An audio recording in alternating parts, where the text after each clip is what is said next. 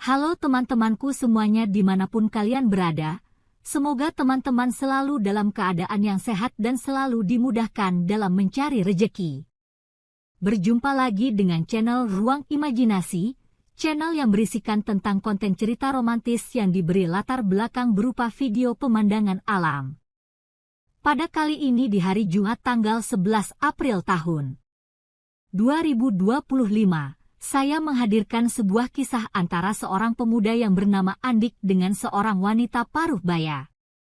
Sore itu Andik menyempatkan diri mampir di warung angkringan tak jauh dari pasar setelah selesai mengantar kedelai. Suasana begitu lenggang meski biasanya di siang hari tempat ini sangat ramai dengan angkutan pedesaan yang ngetem menunggu penumpang, dan disinilah awal mula kisah ini. Tiba-tiba muncul seorang wanita yang bertanya kepada bapak pemilik angkringan tersebut. Sekilas Andik perhatikan si nenek, meskipun sudah tua dan mungkin usianya sudah di atas 60 tahun tapi badannya langsing, bahkan masih lumayan tegap di balik kebaya dan kain jariknya. Kain jarik atau jarit adalah kain yang biasa digunakan sebagai bawahan wanita Jawa yang biasanya dari kain batik, meskipun kulitnya sudah berkeriput. Entah kenapa Andik malah menawarkan diri untuk mengantarkan si nenek. Jika dipikir dengan hitung-hitungan mungkin bisa dibilang konyol. Bagaimana tidak, arah rumah si nenek selain jauh juga bertolak belakang dengan arah rumah Andik, belum lagi soal waktu, solar dan lain sebagainya. Kalau yang dia antarkan seorang anak gadis SMA atau ibu-ibu muda tentu bukan hal yang rugi baginya. Jujur, bukan rasa iba sebenarnya, tapi karena Andik memang tidak ada acara lagi dan tidak ingin untuk segera pulang ke rumah. Yah, siapa tahu juga nanti ada rejeki untuk anak soleh. Entah si nenek punya anak cewek yang bisa dipacari dan banyak sekali mungkin yang berputar di otaknya. Mereka pun sudah di atas mobil dan meninggalkan bapak penjual angkringan. Di perjalanan Andik ketahui bahwa nama si nenek adalah Mbah Suliem. Diteruskan cerita ini dengan memanggilnya Mbah saja karena Andik memang tidak biasa dengan istilah nenek, dan Andik rasa pembaca juga sudah pasti paham. Di perjalanan Andik jadi tahu bahwa Mbah Suliem tinggal sendirian, suaminya sudah meninggal sedangkan anak perempuan satu-satunya merantau di Jakarta dan bekerja sebagai seorang PRT, dan masih banyak lagi hingga akhirnya mereka sampai pada percakapan kunci dari semua ini. Mbah Suliem sedikit memalingkan dirinya membelakangi Andik dan kemudian berbalik sambil menyodorkan selembar uang Rp5.000. Andik menelan senyum melihatnya dan seketika itulah keisengannya muncul. Andik segera menepikan kendaraannya yang kebetulan juga saat itu sudah berada di kawasan hutan bundar yang terkenal angker. Entah karena setan penghuni tetap di tubuhnya atau ada setan outsourcing lewat, Andik menarik dompet dan mengambil selembar uang 50 ribuan. Andik memang sudah menghitung resiko dengan perbuatannya ini, kalaupun terjadi penolakan, kecil kemungkinannya untuk menjadikan masalah buatnya. Selain Mbah Suliem yang sudah tua, beliau juga pasti tidak berpikiran untuk melaporkan pada pihak yang berwajib ataupun orang lain karena mungkin akan sangat merepotkan dan menjadi aib bagi beliau sendiri. Selain itu frekuensinya datang ke pasar pun tidak berkala, hanya pada saat ada panen pisang di halaman rumahnya yang bisa dijual. Mbah Suliem tampak kebingungan dan semakin gelisah sambil melihat-lihat keadaan yang sepi di kanan kiri karena banyak sekali pepohonan besar.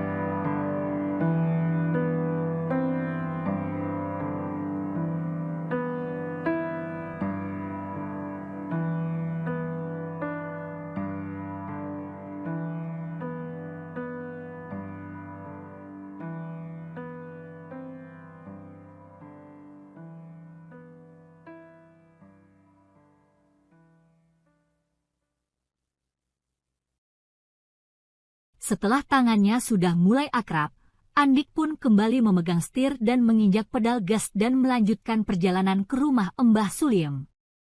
Andik pun mulai membawa mobil pikap kesayangannya perlahan menyusuri jalanan sepi yang membelah hutan angker ini.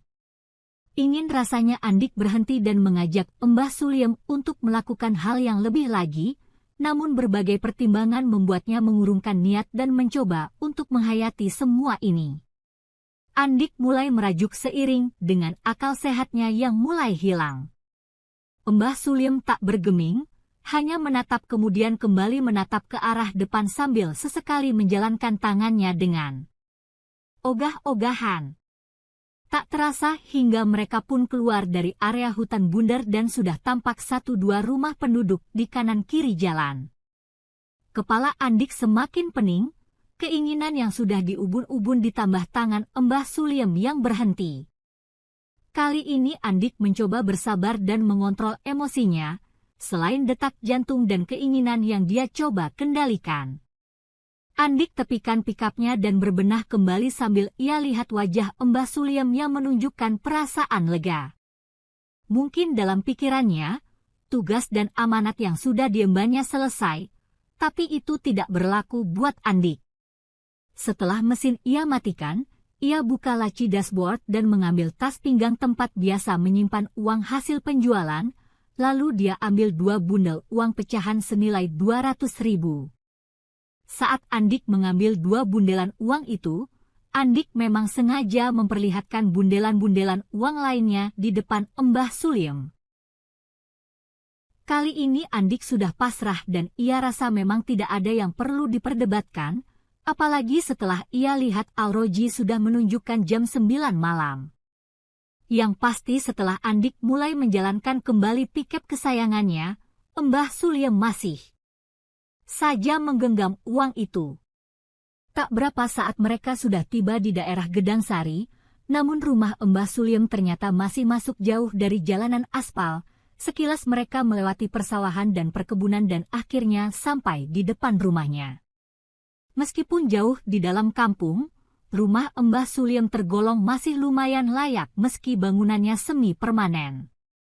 Halaman rumah yang sekaligus dijadikan kebun cukup luas.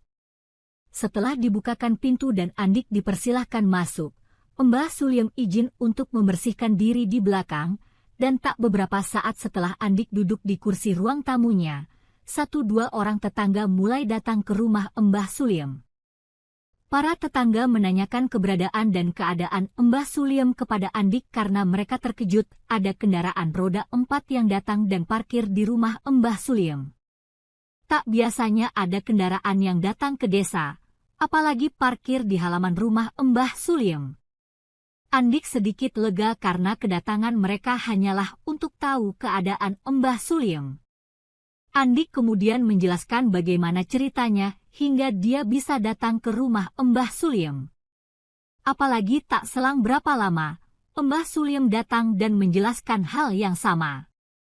Para tetangga pun akhirnya lega setelah mengetahui maksud kedatangan dan mereka justru sangat berterima kasih kepada Andik.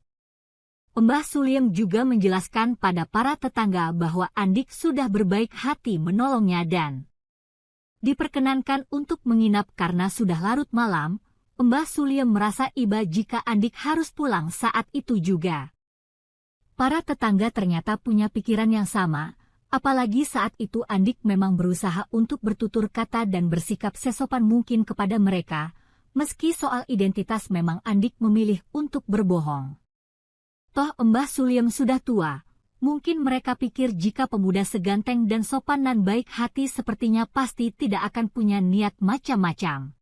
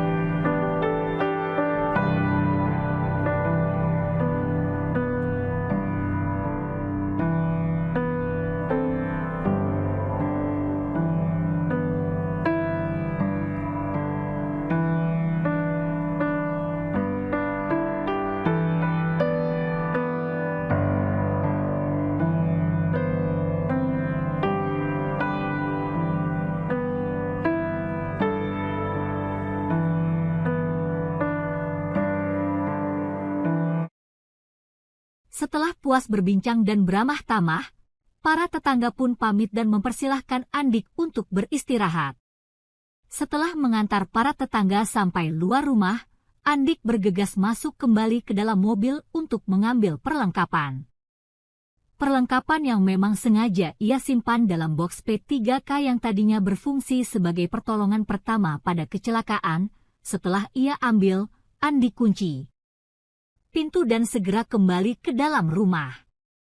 Mbah Suliem ternyata sudah mempersiapkan kamar anak perempuannya sebagai tempat tidur Andik saat dia masih berada di luar rumah tadi. Setelah Andik masuk rumah dan mengunci pintu depan, Mbah Suliem keluar dari kamar dan mempersilahkan Andik untuk beristirahat. Seketika Andik berjalan keluar kamar dan mengambil botol yang sudah ia siapkan. Andik kembali berada di hadapannya, meskipun saat itu keinginannya sudah benar-benar meningkat. Andik sadar bahwa dia perlu bersabar agar malam indah yang ia lalui bersama Mbah Suliem ini berjalan lancar dan tidak berujung petaka. Setelah acara awalan itu dirasa cukup, Andik pun segera memulainya hingga selesai. Mbah Suliem pun tampak lega saat ia lihat setelah selesai. Entah apakah beliau juga merasakan kesenangan, atau karena penderitaannya sudah berakhir, yang penting Mbah Suliem masih tetap bernafas dan itu membuat Andik lega. Andik lalu kembali berbenah sebelum memutuskan untuk tidur. Tentu saja, setelah memastikan keadaan Mbah Suliem yang masih bisa bangun dan berjalan masuk ke dalam kamarnya. Baik teman-teman, mungkin cukup sampai di sini dulu untuk cuplikan cerita yang bisa saya berikan. Kalau ada salah dalam perkataan dan penulisan saya minta maaf yang sebesar-besarnya. Semoga teman-teman dapat terhibur dengan cerita yang kali ini saya sajikan dan nantikan cerita-cerita lainnya di lain kesempatan. Saya ucapkan selamat beraktivitas dan terima kasih.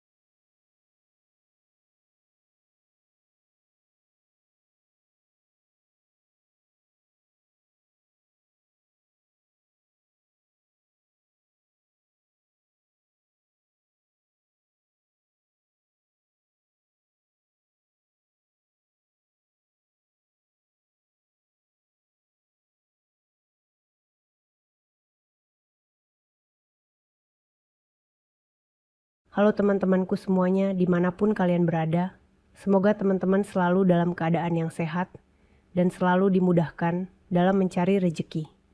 Berjumpa lagi dengan channel Ruang Imajinasi, channel yang berisikan tentang konten cerita romantis, yang diberi latar belakang berupa video pemandangan alam. Pada kali ini, di hari Selasa, tanggal 8 April tahun 2025. Saya menghadirkan sebuah kisah terbaru. Suara mesin jahit Dewi terdengar dari balik dinding tipis kamarnya. Wanita itu duduk di atas kursi kayu tua dengan tatapan kosong, memandangi kain yang sedang ia jahit. Di usia 40-an, Dewi masih terlihat cantik walaupun kerutan halus mulai tampak di wajahnya. Rambutnya yang dahulu hitam lebat, kini sudah mulai memutih di beberapa bagian. Tetapi ia tidak pernah peduli. Baginya, yang terpenting adalah bisa memberikan yang terbaik untuk Dimas, anak semata wayangnya. Dewi telah menjadi janda sejak suaminya, Bagas, meninggal 5 tahun lalu akibat kecelakaan kerja. Kepergian Bagas meninggalkan luka mendalam di hati Dewi. Tetapi ia tahu bahwa ia harus tetap kuat. Dimas masih remaja saat itu, baru memasuki usia 14 tahun, dan membutuhkan perhatian penuh darinya. Kehidupan menjadi semakin sulit setelah Bagas tiada, dan Dewi terpaksa bekerja keras sebagai penjahit rumahan untuk menghidupi mereka berdua. Meski hidup sederhana, Dewi selalu berusaha memberikan yang terbaik untuk anaknya. Setiap hari, ia bangun pagi-pagi untuk menyiapkan sarapan, mengantar Dimas ke sekolah, dan kembali ke mesin jahitnya. Namun, sejak beberapa tahun terakhir, ia mulai merasakan ada yang berubah pada diri Dimas. Anak yang dulu ceria dan terbuka kini seringkali terlihat murung dan lebih suka mengurung diri di kamar. Dewi mencoba bertanya, tetapi Dimas selalu menghindar, mengatakan bahwa semuanya baik-baik saja. Dewi merasa ada sesuatu yang disembunyikan oleh anaknya, tetapi ia tidak tahu apa itu. Pada awalnya, Dewi mengira ini hanyalah kebiasaan remaja yang sedang mencari hiburan. Namun, belakangan ia mulai merasa ada yang tidak wajar. Dimas seringkali marah tanpa alasan jelas, mudah tersinggung, dan bahkan pernah membentaknya saat diminta untuk membantu di rumah. Hati Dewi hancur setiap kali Dimas bersikap demikian, tetapi ia tetap bersabar. Ia meyakinkan dirinya bahwa ini hanyalah fase sementara dalam kehidupan remaja. Namun Dewi tidak tahu bahwa kebiasaan Dimas di dunia maya telah membawanya pada sesuatu yang jauh lebih berbahaya. Dimas, yang awalnya hanya iseng mencari hiburan, kini telah terjebak dalam kecanduan film. Setiap malam ketika Dewi sudah tidur, Dimas menyelinap ke kamarnya, membuka ponsel, dan tenggelam dalam dunia yang tak seharusnya ia masuki. Konten-konten yang ia lihat perlahan-lahan mempengaruhi caranya memandang hubungan dan perasaan. Apa yang awalnya hanya rasa ingin tahu, berubah menjadi kebutuhan yang tak terkendali. Dimas duduk di kamar gelapnya, layar ponsel menyala di depan wajahnya. Tangannya dengan cepat menggulirkan layar, mencari video baru untuk ditonton. Sejak pertama kali ia tanpa sengaja menemukan film, Dimas merasa ada sesuatu dalam dirinya yang bangkit. Awalnya, ia merasa bersalah setiap kali menonton, tetapi lama-kelamaan rasa bersalah itu menghilang. Kini, ia menonton setiap malam tanpa merasa ada yang salah. Suatu malam, setelah berhari-hari merasakan frustrasi yang tak tertahankan, Dimas melakukan sesuatu yang tak pernah terlintas dalam pikirannya sebelumnya. Rasa kecanduan yang telah begitu dalam menjeratnya membuat Dimas kehilangan kendali. Malam itu, Dewi tidur di kamarnya yang kecil. Seperti biasa, Dimas yang berada di kamar sebelah tidak bisa menahan dorongan dalam dirinya. Ia tahu itu salah.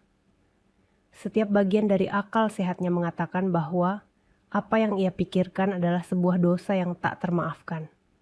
Namun, pikiran itu begitu kuat, begitu mendesak, hingga ia merasa tak mampu melawannya. Ia melangkah mendekati kamar ibunya. Langkah-langkah kecil namun penuh dengan kehancuran. Ketika Dewi terbangun, dunia seakan runtuh di sekitarnya. Ia tidak bisa mempercayai apa yang baru saja terjadi. Hatinya hancur, tubuhnya lemah, dan jiwanya tergores luka yang dalam. Dimas, anak yang ia cintai dengan segenap jiwa, telah melakukan sesuatu yang tidak pernah ia bayangkan. Di satu sisi, ia ingin memaafkan, ingin meyakini bahwa ini hanyalah sebuah kesalahan besar yang terjadi karena kebingungan remaja. Namun, di sisi lain, Dewi merasakan rasa sakit yang luar biasa. Perasaan dikhianati oleh Dimas menimbulkan luka yang tak akan pernah sembuh. Dimas, yang juga menyadari apa yang telah ia lakukan, tidak mampu berkata apa-apa. Ia melihat ibunya menangis di sudut kamar, air mata mengalir tanpa henti. Tetapi ia tidak tahu bagaimana cara menghentikan penderitaan yang telah ia timbulkan.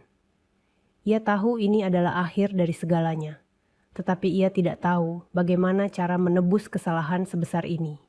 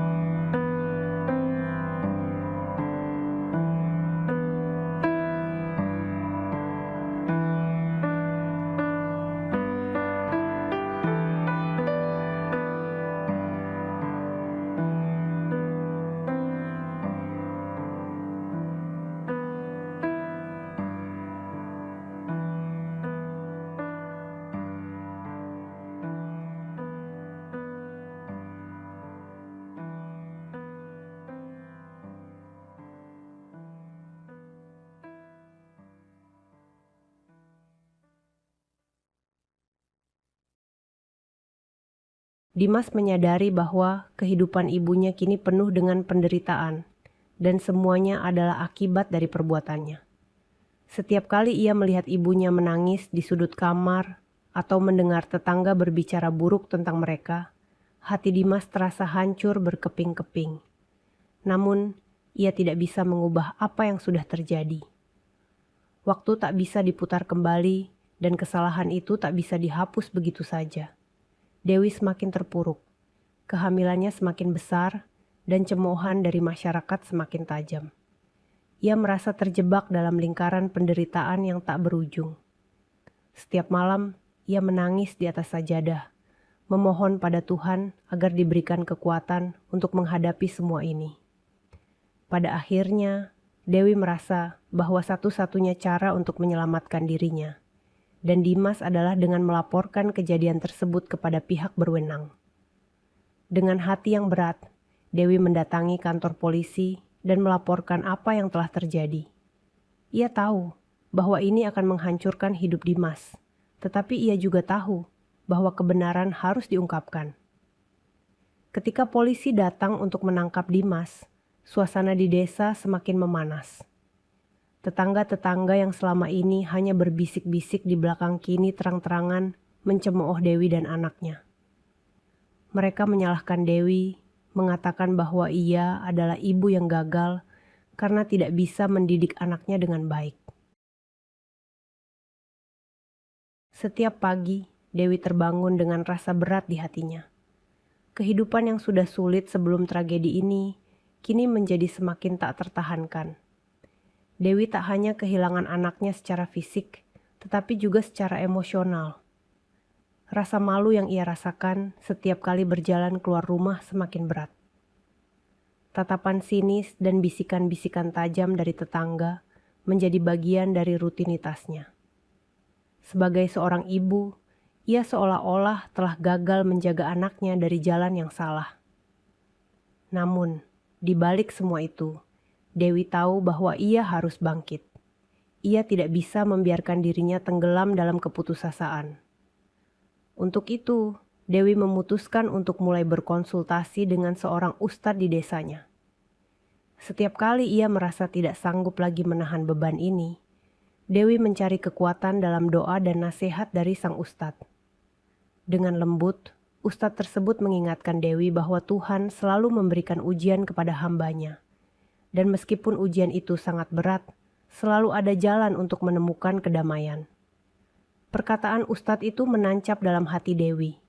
Meski hatinya masih perih, ia bertekad untuk menemukan jalan untuk berdamai dengan situasi ini. Meski masyarakat terus mencemooh, ia mulai menemukan ketenangan dalam doa.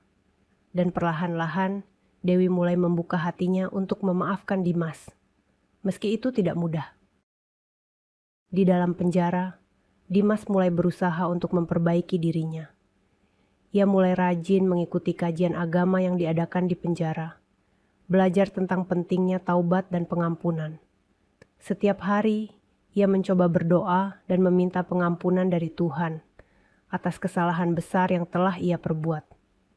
Di balik jeruji besi, Dimas menyadari bahwa jalan panjang untuk menebus kesalahannya baru saja dimulai. Setelah beberapa bulan berlalu, Dewi akhirnya memberanikan diri untuk mengunjungi Dimas di penjara. Meski hatinya masih dipenuhi luka, ia merasa bahwa inilah saatnya untuk bertemu dengan anaknya lagi. Ustadz yang sering ia ajak berkonsultasi selalu mengingatkan bahwa pengampunan adalah bagian penting dari perjalanan hidup, dan Dewi ingin membuka pintu bagi kesempatan tersebut. Ketika Dewi tiba di penjara, langkahnya terasa berat. Setiap langkah menuju ruang pertemuan terasa seperti memikul beban dunia. Ketika akhirnya ia duduk di ruang kunjungan, menunggu Dimas dibawa masuk, air mata mulai mengalir tanpa bisa ia cegah. Ia tidak tahu bagaimana menghadapi perasaan ini, cinta, kebencian, dan penyesalan. Semuanya berkumpul menjadi satu. Ketika pintu terbuka dan Dimas melangkah masuk dengan wajah yang penuh penyesalan, Dewi merasa hatinya seperti diperas. Ia hampir tidak mengenali anaknya yang dulu ia besarkan dengan penuh cinta. Dimas tampak lebih kurus dan wajahnya penuh dengan kesedihan. Meski luka yang terjadi di antara Dewi dan Dimas begitu dalam, kedua hati yang terluka itu mulai mencari cara untuk sembuh. Dewi, dengan kekuatan yang ia dapatkan dari doa dan bimbingan, mulai menerima kenyataan hidupnya. Ia menyadari bahwa meskipun Dimas telah menghancurkan hidupnya, sebagai seorang ibu, ia masih memiliki kewajiban untuk memaafkan. Meskipun itu adalah proses yang panjang dan penuh air mata. Dimas di dalam penjara terus berusaha memperbaiki diri. Ia tahu bahwa perbuatannya akan menghantui sisa hidupnya, tetapi ia bertekad untuk menjadi orang yang lebih baik. Meskipun masyarakat mungkin tidak akan pernah memaafkannya, ia berharap suatu hari nanti ibunya bisa melihat bahwa ia benar-benar menyesal dan berubah.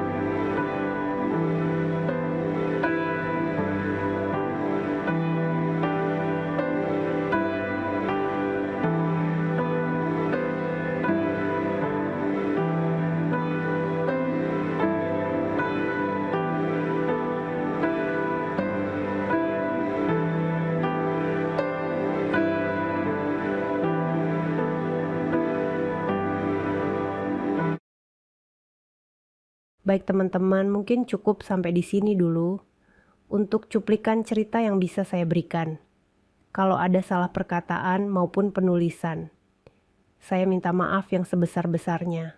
Semoga teman-teman dapat terhibur dengan cerita yang kali ini. Saya bagikan dan nantikan cerita-cerita lainnya. Hanya di lain kesempatan, saya ucapkan selamat beraktivitas dan terima kasih.